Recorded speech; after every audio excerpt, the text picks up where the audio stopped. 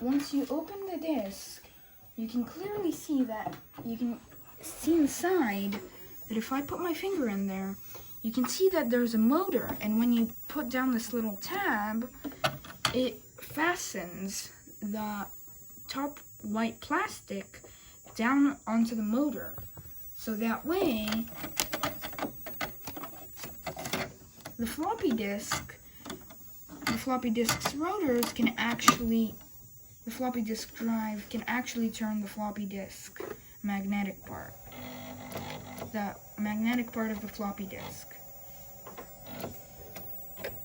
And now, for example, when I want to load into a program, the read head inside the floppy disks start seeking for the program.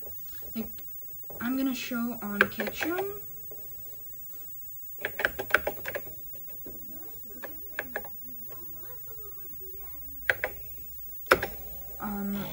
You have to make sure the spelling is correct, because otherwise it won't work. And when the program is in the middle of loading, if you remove the floppy disk, there's a chance that it'll permanently damage it. The floppy disk and the programs on it. And once the program is loaded,